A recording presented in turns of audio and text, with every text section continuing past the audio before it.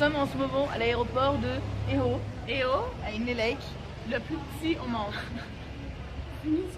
Ça, c'est les bureaux de check-in. Il y en a 4.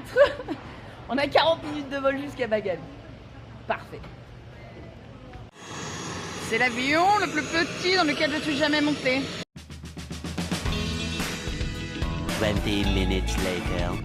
Excuse me, I have a question. Are we there yet? 20 minutes later. Look at my double chin. Hello.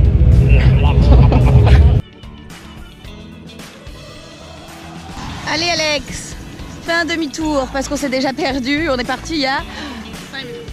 À peine.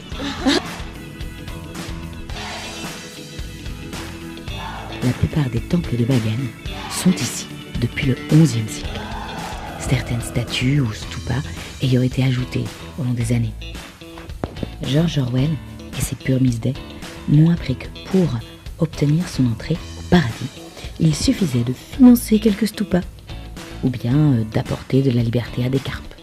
Un autre rituel consiste à porter des feuilles d'or sur le Bouddha, au moins sur celui que nous avons croisé, sur un genou pour toujours nous assurer d'aller de l'avant, et sur le cœur pour laisser l'amour nous guider.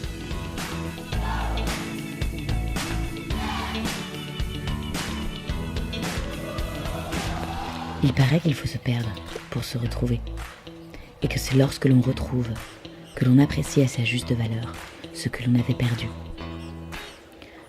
Alors, forcément, on a beaucoup erré, et on s'est un peu perdu. En chemin, on a trouvé de sacrés trésors.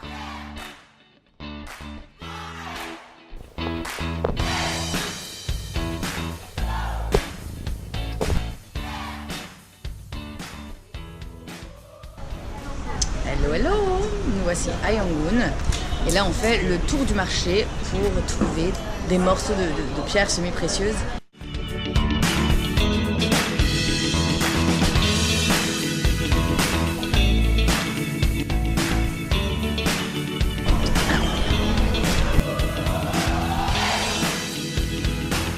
On peut prendre une bière, manger une petite affaire, après on va se faire masser, et après on va se préparer pour la soirée le vendredi.